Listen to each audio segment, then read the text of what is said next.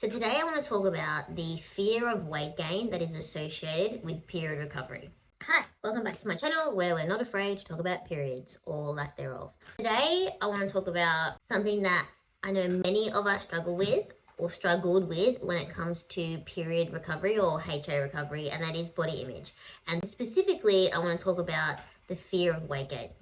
Trust me, I've been there myself and I know how strong that fear can be, but I've come out the other side and I know how freeing it can be when you don't have that constant, there's just that constant overwhelm and worry of the weight gain and what people are going to think of you, losing that control that you've had for so many years to get your period back. You might be feeling anxiety about seeing your body change, like overwhelming feeling that people are going to judge you or treat you differently or not like you. It's tough. I know it's tough, but it's something that we can overcome, which is exactly why in my Restore Your Cycle program, which is for period recovery, the first module is just reframing negative body image and helping you have a better relationship with your body, so the recovery is that much easier, because mindset is everything when it comes to recovery. So nipping that in the butt as soon as you start recovery is so imperative, because I didn't even know how to finish that sentence.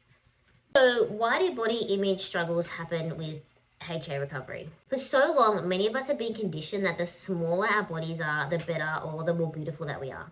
So we've spent years training hard, eating less, eating in a deficit, maintaining that control over our bodies for so many years.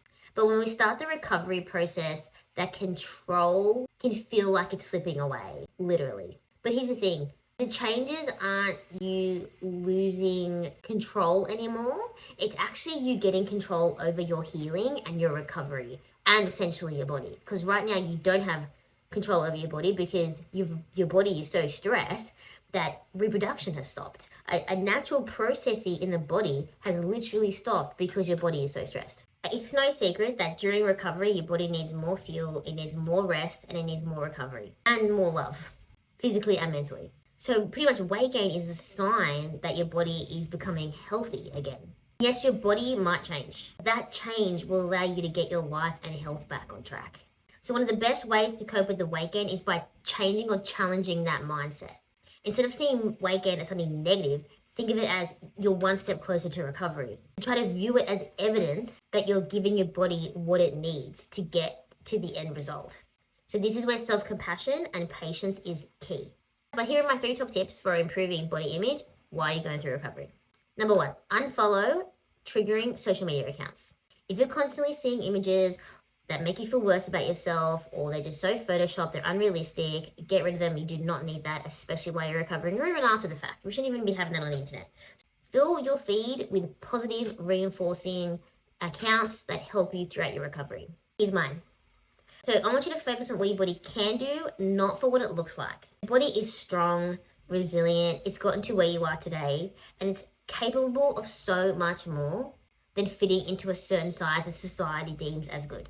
So instead of focusing on that, we're going to focus on small victories, whether it's gaining more energy, feeling more balanced around food and exercise, or getting your period back. Number 3 is practice positive self-talk and reframing negative body image thoughts. Every time you catch yourself saying something negative about yourself in the mirror or just day to day, I want you to replace it with a compassionate thought. Like, this won't happen overnight. It takes time and you might feel silly when you first start it, but it can help reframe your mind to be kinder to yourself subconsciously. Also, I want you to challenge these beliefs. Like, what proof do you have? Like, if you look in the mirror and you say, I look really fat today, no one's gonna like me. What proof do you have? Like, we know that the sky is blue, that's a fact. But what facts do you have to back up your thoughts? That's when I want you to start challenging these thoughts. Like, challenge what you're thinking. Like, is it true or is it just you thinking it? And then flip it to a positive thought. Does that make sense? I go through this in way more detail in my program. If you want to find out more about that, it's all in my caption. I also have a free training in there and a free Facebook page. All the details in there to help you get your period back. Another thing is, remember, the people who care about you don't care about what you look like. Do you care about your best friend's size or your family member's size? Like, no. People aren't going to love you any less because you have to put on a few kilos to get your period back. If anything, they're going to be celebrating your success and celebrating the fact that you're looking after your health again. They love you for who you are, not for how you look. And that's something you should even say to yourself as a mantra. People love me for who I am, not for how I look. You're in recovery and you're literally giving yourself the gift of a healthier, fuller life. HA can lead to osteoporosis, heart disease, infertility. Having a few more kilos on you is worth it for your long-term health. Imagine how you're going to feel when you're 60 and you have osteoporosis. You need to think about that. You need to think about the long-term investment you're giving to your body right now. Also, the energy you'll have back, your mind is clearer, your period is back, your body's functioning again. There's just so many benefits to recovery. And I know it's hard. I'm not downplaying how hard the weight gain is with HA recovery. Like, I get it, especially if you have to overshoot. Because I was someone, I had to overshoot my weight, so I had to go really close to the high end for my height. And it was uncomfortable. But would I take it back for a minute? Definitely not. Like, I needed to give my body the love that it deserved. And it was a time of my life, but that's what I needed to do. It was that time I was in recovery mode. And what you learn about yourself during that time is just the growth that you get through that time is just priceless. It's hard, but nothing worth having comes easy.